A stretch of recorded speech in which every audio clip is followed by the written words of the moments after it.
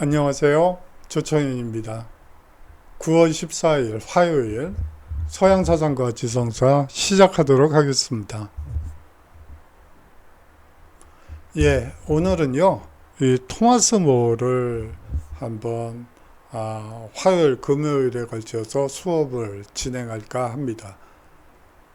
그냥 토마스 모어로 이 제목을 달고 수업을 진행하려고 했었는데 뭔가 좀 부연 설명이 필요할 것 같아서 한번 나름대로 담아봤는데요. 이 백지 위에 이상사회를 그린 이 작가가 토마스 모어라고 할 수가 있겠죠.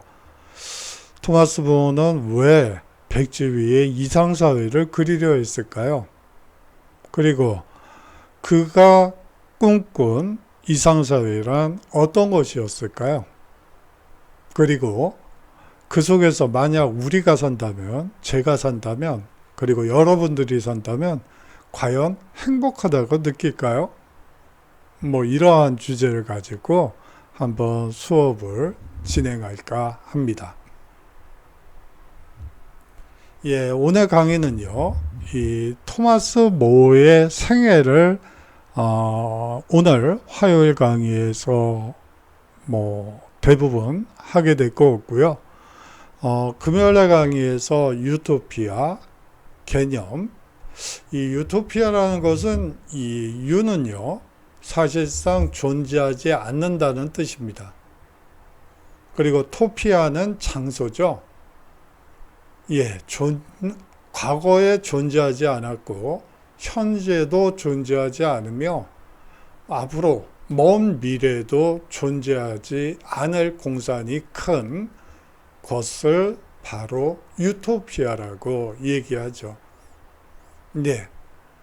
이 유토피아라는 개념을 통해서 토마스 모어가 얘기하고 싶었던 이상사회의 모습을 한번 추적해보는 시간이 될 것 같습니다. 이 유토피아에서의 노동과 여가생활, 그리고 외교와 전쟁술, 그리고 이 토마스 모어가 새롭게 만든 용어들이라고 볼 수가 있어요. 이 유토피아는 사실상 신조어라고 볼 수가 있고요. 이 호스피스는 과거에도 존재하던 개념입니다. 하지만 이 토마스 모어가 얘기하는 호스피스는 약간 그 이전에 이야기했던 호스피스와는 약간 다른 개념이기 때문에 이 호스피스에 대해서 말씀드린 다음에 이 종교의 자유, 종교 선택의 자유, 신앙의 자유라는 부분을 이제 역설하죠. 왜 이 시기에 종교의 자유, 신앙의 자유를 얘기할 수 있었는지, 사실상 정치 사상사의 입장에서 가장 중요한 개념이 바로 이 종교의 자유 부분입니다. 신앙의 자유, 종교 선택의 자유, 바로 이 부분이죠. 이렇게 수업이 이루어질 예정입니다.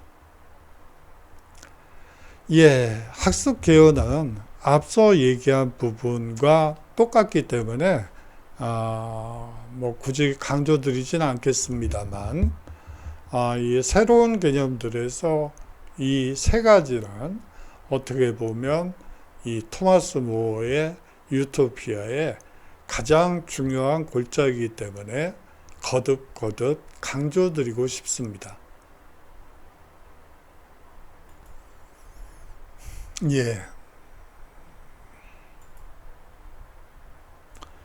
먼저 유토피아에 대해서 말씀드리겠습니다. 이 유토피아라는 책 한 권으로 이력 유명해진 사람이 바로 이 토마스 모어라고 볼 수가 있죠. 오늘날 이상세계를 뜻하는 단어로 종종 사용되는 이 유토피아라는 용어는 사실상 개념적으로 봐서는 어디에도 없는 곳이라는 뜻입니다. 여기서 어디에는 시간적인 맥락이 더 강해요. 과거에도 현재에도 미래에도 어디에도 존재한 바 없던 곳입니다. 책 속에서 유토피아의 사회상을 전달하는 주인공인 이 라파엘 히슬로 데아우스는 이 헛소리하는 사람이라는 뜻입니다. 예, 히슬로 데아우스라는 말 자체가 사실상 헛소리하는 사람이라는 뜻이죠. 그러면 결국 이 유토피아와 히슬로 데아우스 이 두 가지를 결합해 보면 사실상 모어는 어디에도 없는 섬에 대한 헛소리를 책으로 써낸 것이라고 얘기해도 무방할 것 같습니다. 예, 어디에도 없는 섬에 대한 헛소리.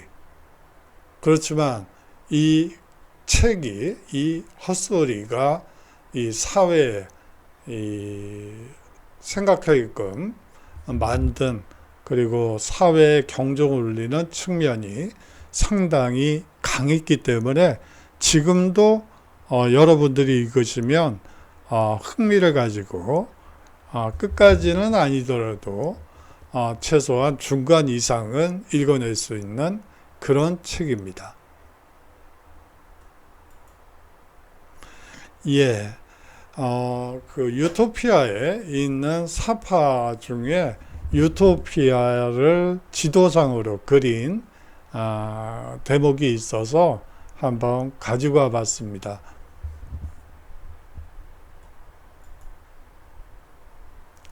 예, 먼저 이 토마스 모어의 생애에 대해서 살펴보도록 하죠. 인간으로서 시련도 많이 겪었다면 겪었고요. 나름 또 이 왕권과 가까운 우리가 보통 이 왕의 최측근 자리에도 올랐던 경험을 가진 사람이 이 토마스 모어입니다. 물론 나중엔 교수형으로 처형을 당하게 되죠. 이 왕의 명을 어긴 죄로 그렇게 됩니다. 자, 한번 그의 생애를 쫓아가 보면서 이 사람이 어떤 사람인지 한번 느껴봐 주셨으면 좋을 것 같아요. 10년 가까이 수도사가 되고자 고행의 길을 걸었던 사람입니다. 예, 10년 가까이 수도사가 되고 싶어 그러면서 스스로의 몸에다 채찍질을 해가면서 온갖 고행을 다하면서 좋은 수도사가 돼야지 라고 이 고행의 길을 걸었던 이 토마스 모어가 사실상 만난 지 얼마 안 된 17살 소녀와 눈이 맞아서 이제 결혼을 하게 돼요. 사실상 성직자의 꿈을 포기해버린 것이죠.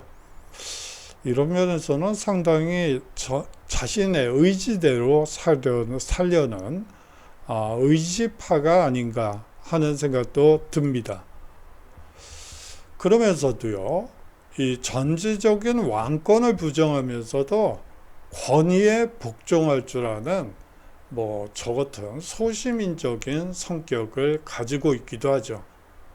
이 전제 왕권에 대해서는 알레르기 반응을 일으키면서도 국가에서 이렇게 해라 그러면 예 알겠습니다 하고 예 그렇게 하는 그러한 소시민적인 모습도 보입니다. 또 이 사람은요, 이 종교적 관용을 주장했음에도 직접 개신교도들을 잡아들여 집에 가두어 버리는 이중성도 보이고 있습니다.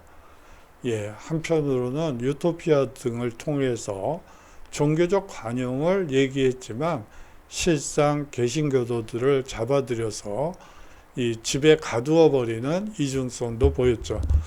학자에 따라서는 이제 개신교도들이 학살을 당할 것에 대비해서 그냥 집에다 감금해 둔 것이다. 이렇게 얘기하는 학자들도 있는데요. 그것을 어떻게 보든 여하튼 이런 측면이 있었던 것은 사실입니다. 사형 판결이 두려워서 본인의 신념을 포기해버렸던 사람이기도 하지만 막상 사형을 앞두고서는 사형 집행인과 농단 짓거리를 했던 사람이기도 했죠. 그래요. 어느 부위를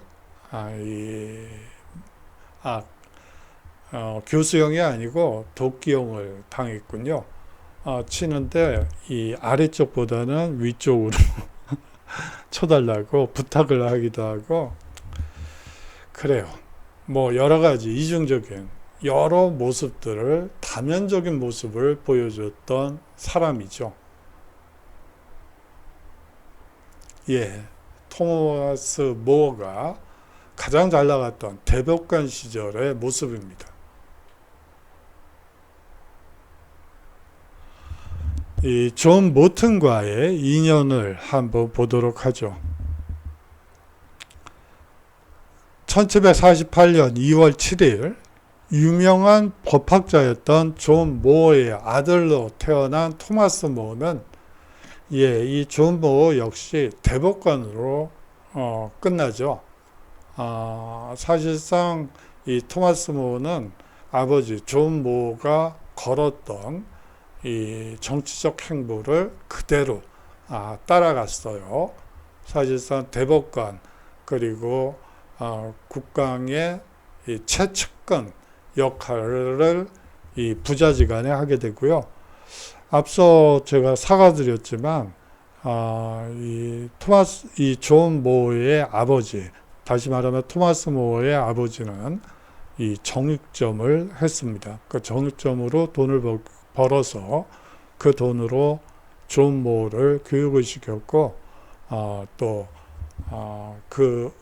이 존 모어는 토마스 모어를 자신과 똑같은 이 법학자로서 그리고 법관으로서 키워내게 됩니다. 이 토마스 모어는 어릴 적 사립학교에서 좋은 교육을 받았습니다. 13살에는 캔터베리 대주교이자 영국 대법관이었던 이 존 모튼의 집에서 시종 노릇을 하며 사회생활을 시작하게 됩니다.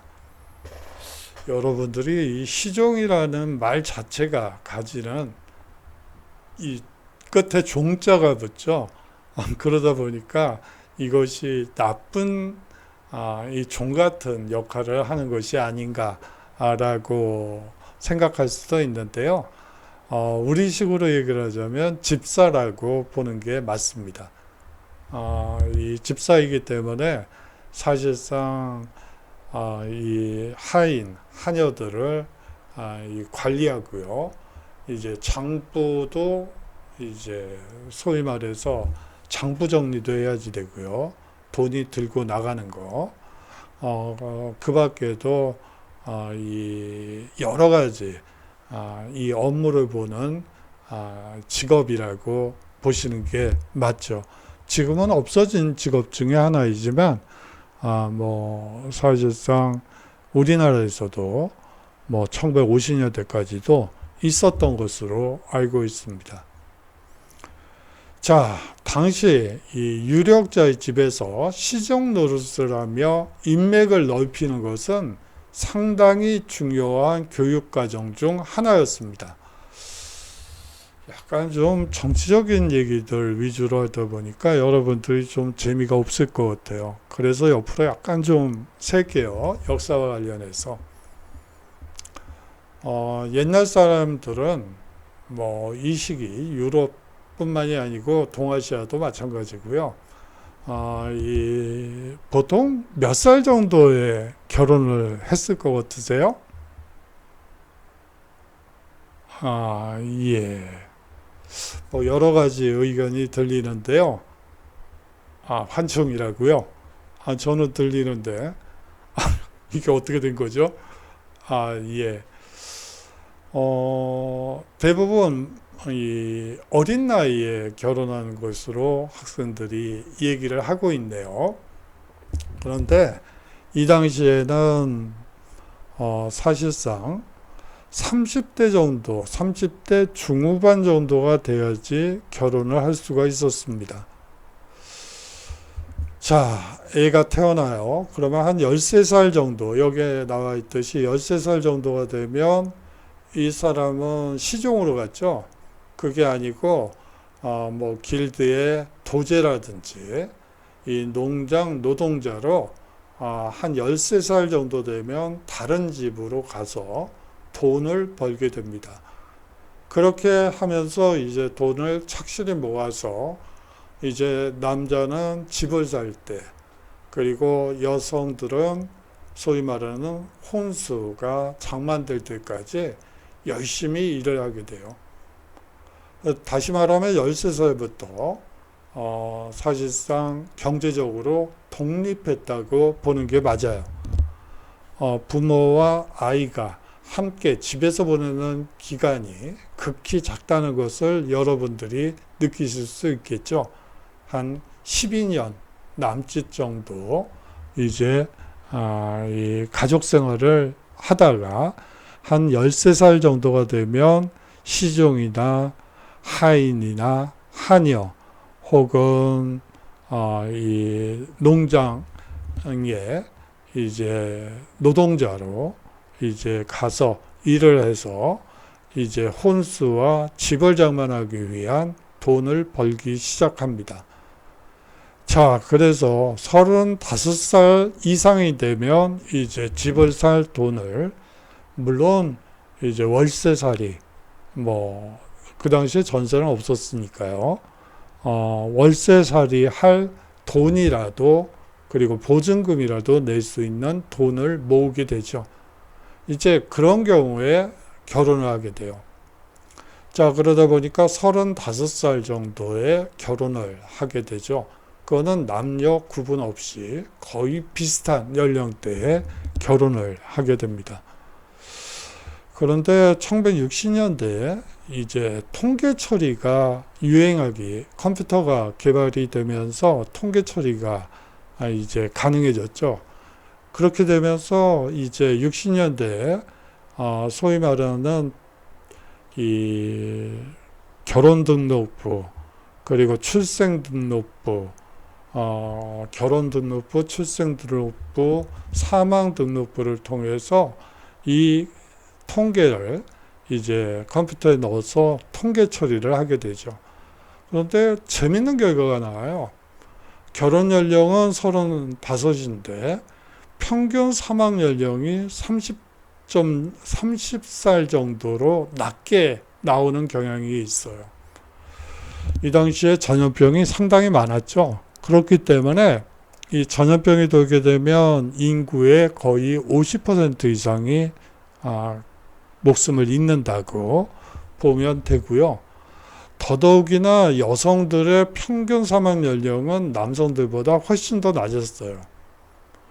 그게 그럴 수밖에 없는 게 아이를 낳다가 이 사산을 하거나 혹은 애가 잘못 나오는 경우에 이 여성들이 이 사망하게 될 확률이 남성들보다 훨씬 더 높게 나올 수밖에 없죠. 아이를 낳는다는 부담, 거기다가 이 아이가 잘못 들어섰을 때 그것을 받을 수 있는 기술이 없었기 때문에 사실상 여성의 평균 연령이 낮습니다.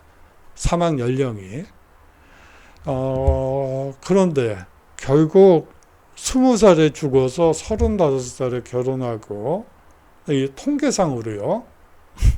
이 통계가 말하는 거는, 이 기계적인 통계가 말하는 거는 20살에 죽은 자가 30대에 부활해서 아이를 낳고 행복하게 살다가 뭐 어떻게 된 거죠. 뭐 이렇게 돼요. 한때 60년대, 그리고 우리나라는 한 1980년대에 이 통계 처리를 통한 역사 연구가 상당히 많았었는데, 요런 어떻게 보면 묻지 못할 정말 불행한 일이죠. 어렸을 때 일찍 독립해서 뭐 일찍 죽을 수밖에 없고, 그런데 거기서 살아남은 사람들이 결혼을 해서 일가를 이루고, 그런데 그 결혼 연령은 상당히 늦고요. 35살이 평균이고요. 또 의외로 결혼을 하지 않고 독신으로, 다시 말하면 혼수와 집을 장만할 수 없었던 사람들은 사실상 이 독신 생활을 하게 되죠. 그런 특징도 있다는 것을 말씀드릴게요. 제가 옆으로 좀 많이 샜네요. 사실 그러한 부분들을 여러분들과 수업 시간에 얘기를 하면 뭐 재밌을 것 같긴 한데, 뭐 제가 맡은 과목이 서양 사상과 지성사니까 거기에 맞춰서 수업을 진행하도록 하겠습니다. 이 당대 잉글랜드의 대표적인 유력자 가운데 한 명이었던 모트는, 다시 말하면 대법관이자 캔터베리 대주교였죠. 그야말로 권력의 노른자 위에 있는 사람이 바로 존 모튼이라고 볼 수가 있는데, 이 잉글랜드 대표적인 유력자 가운데 한 명이었던 모튼은 이 재기가 넘치는 이 모어를 무척 아꼈다고 합니다. 모어가 르네상스의 가르침을 배우도록 적극 지원해 주기도 했죠. 나아가 모어가 옥스퍼드에서 교육받을 수 있도록 후원해 주기도 합니다.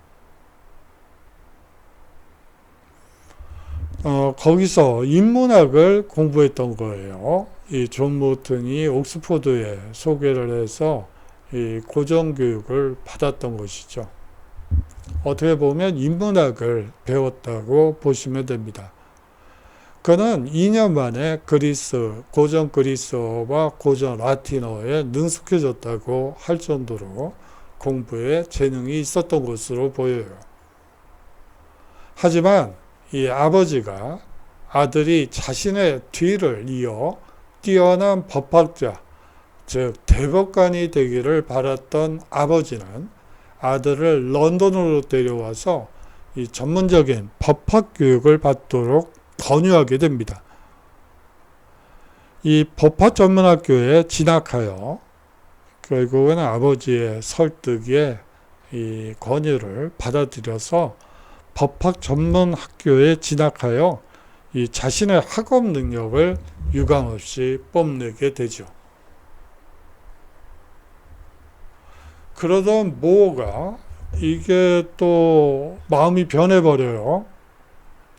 즉 금욕주의에 심취해서 수도사의 삶을 몸소 실천하기 시작하게 됩니다. 누더기를 걸치고 간소한 식사를 하는 것은 기본이고요. 고행을 하겠다며 스스로에게 채찍질을 하며 다니기까지 했습니다. 과거 수도사들의 모습을 볼 수가 있죠. 이 고행을 하면서 스스로 채찍질을 하고 또 돌아다니면서 이야기를 하고 토론을 하면서 설득을 하는 그러한 것을 즐기게 됩니다. 1502년경에는 아예 이 수도원 옆에 살면서 수도사의 삶에 적극 동참하기도 하죠. 이 생활이 2년 넘게 지속되게 됩니다. 그러던 모어가요, 1505년 10살 연하인 17살의 제인 콜트와 이 사랑에 빠져 수도사의 꿈을 접고 결혼을 하게 됩니다. 모어는 제인이 좋은 교육을 받기를 바랬고 3명의 딸과 1명의 아들에게 좋은 교육을 해줄 수 있는 현명한 어머니로 성장하기를 꿈꿨다고 합니다. 그렇지만 그 결혼 생활도 잠깐 6년 만에 이 부인과 사별하게 되죠. 모어는 아이들에게 좋은 어머니가 필요하다는 생각에 곧 재혼하게 됩니다. 모의 두 번째 부인은 이 앨리스 미들턴이라는 이 부유한 미망인이었고요. 덕분에 비교적 안정적인 결혼 생활을 누리게 되죠. 이 토마스 모어를 상징하는 것이 교육열이 높은 아버지라는 말인 것 같습니다. 토마스 모어의 아버지였던 존 모어도 마찬가지였지만 자식들 교육만큼은 최상으로 시키려고 부단히 애썼던 것이 이 토마스 모어였죠. 이 모어는 장녀 이 마가렛의 교육에 아주 열성적이었어요. 사실 그에게 그는요, 이 아들과 딸에게 동등한 교육을 시켰는데 특히 이 두각을 나타낸 것이 장녀인 마가렛이었죠. 이 마가렛은 이 라틴어와 그리스어 실력이 아주 뛰어난 사람이었습니다. 훗날 모어가 런던 탑에 갇혀 있을 때나 사형장에 끌어갈 때 가장 먼저 찾아간 사람도 이 마가렛이었죠. 예. 이 토마스 모어가 형장의 이슬로 사라지기 직전에 이 마가렛이 아버지를 만나는 장면이 늘 그린 그림이 있어서 한번 가지고 와봤습니다. 예, 다시 26세의 토마스 모어로 돌아가도록 하겠습니다. 26살의 젊은 나이에 의회에 진출한 모어는 헨리 7세의 지나친 중과세 정책을 비판했습니다. 초선 의원이 그것도 대놓고 국왕의 중과세 정책을 비판했던 것이죠. 모어의 반대에 밀려 헨리 7세는 중세안을 철회할 수밖에 없었습니다. 이에 화가 난 헨리 7세는 모어의 아버지를 런던 탑에 가두고 모어에게는 벌금형을 부과했죠. 여기서 말하는 의회는 여러분들이 지금의 국회의회를 생각하시면 안 돼요. 이 당시의 의회는 신분제 의회. 여러분들이 아마 고등학교 세계사 시간에 배우셨던 3부회라고 보시면 됩니다. 영국식 3부회다. 다시 말하면 귀족계급, 성직자계급, 평민계급에서 각각 대표자를 보내서 의회에서 이 국왕이 낸 중과세안이나 여러 정책을 합의 처리하는 기관이라고 볼 수 있는데요. 이 신분제 의회라는 것은 사실상 귀족, 그리고 성직자, 그리고 평민으로 이루어지게 됩니다. 자, 성직자들은 성직자들끼리 모이고요. 귀족은 귀족끼리 모입니다. 평민은 평민끼리 모였어요. 국왕이 낸 중과세안을 토론을 하게 되죠. 그렇게 되면 대체로 그 다음에 투표를 하게 되죠. 그렇게 돼서 대표자들이 의회에서 모이게 됩니다. 대표자 3명이서 성직자 대표, 귀족 대표, 평민 대표가 모여서 이 중과세안에 대한 각 신분의 표결 결과를 얘기하게 되죠. 그러면 대체로 2대1이 나오게 됩니다. 어차피 성직자 계급과 이 귀족 계급은요, 면세의 특권을 누리고 있습니다. 면세라는 얘기예요. 세금은 안 내요. 그렇기 때문에 중과세가 되던 세금이 예를 들어 100만 원에서 1억이 돼도 내가 내는 세금이 아닌데 무슨 상관이 있겠어요. 그냥 아무 생각 없이 국왕의 안건에 동의하면서 이제 반대급부를 요구하게 되죠. 대부분 평민들은 반대를 하고 중개사 안에 대해서 평민은 반대하고 귀족과 성직자 계급은 찬성하게 됩니다. 그래서 보통 2대1로 모든 안건이 통과되게 되는데 이 26살의 젊은 혈기에 토마스 모어가 의회에 이 초선 의원으로 진출하게 되면서 이 중개사의 안에 대해서 이게 어떻게 이럴 수가 있느냐, 이 평민들은 어떻게 되는 것이냐, 아니 뭐 세금 폭탄에 어떻게 되라고 뭐 이렇게 얘기를 하면서 이 귀족 계급과 성직자 계급을 설득했고 그 결과 헨리 7세가 무릎을 꿇게 되는 것이죠. 그렇게 되면서 이 헨리 7세가 자존심을 많이 잃었죠. 그러면서 화가 나서 그는 모어의 아버지를 런던탑에 가두고 모어에게는 벌금형을 부과하게 됩니다. 모어는 사실상 미련 없이 정계를 은퇴하고 변호사 생활에 집중하게 되죠. 이 첫 번째 부인과 결혼 생활 중이었기 때문에 모르겠다. 뭐 정치랑 나랑은 맞지 않는가 봐. 이러면서 과감히 젊기 때문에 또 그런 면도 있고요. 은퇴하고 변호사 생활에 집중하게 되죠. 그를 다시 정계로 부른 이가 헨리 8세입니다. 그야말로 승승장구라고 표현하는 것이 맞을 것 같아요. 1510년에 모어는 런던시의 고위 행정관으로 임명됐고요. 당시 잉글랜드 최고의 외교관이었던 토머스 울지와 함께 전 유럽을 다니며 외교 업무에 동참하기도 했습니다. 이러한 공을 인정받아 1521년 정식으로 자기를 수여받고 재무부의 자리를 잡게 되죠. 이제 정식으로 자기를 수여받게 됩니다. 다시 말하면 이 토마스 모어는 평민이었다는 얘기죠. 이 아버지가 대법관까지 지낸 훌륭한 법조인이었음에도 불구하고 자기는 수여받지 못했습니다.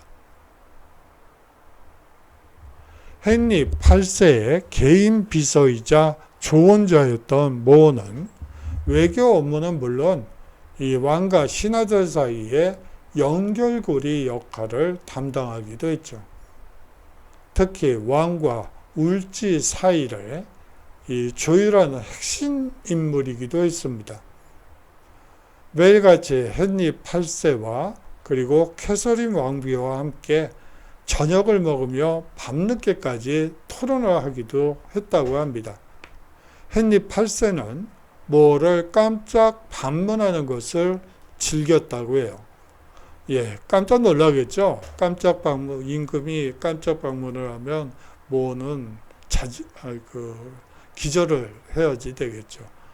당시의 분위기를 보여주는 것으로서 헨리 8세가 그만큼 모어를 총애했다고 볼 수가 있겠죠.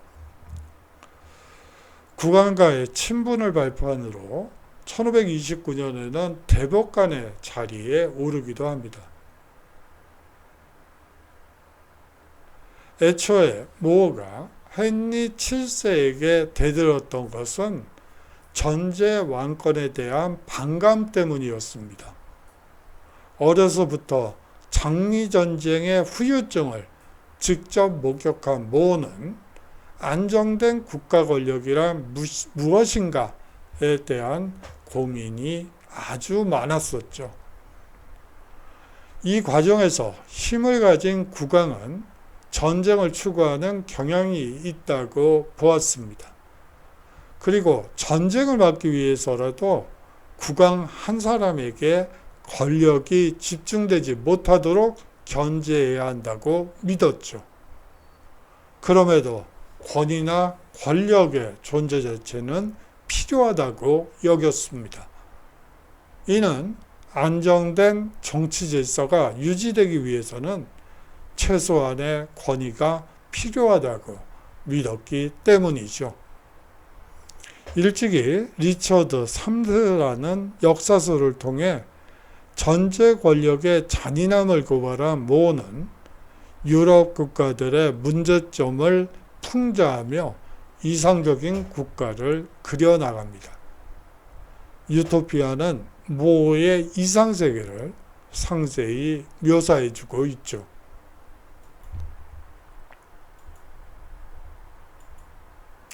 예.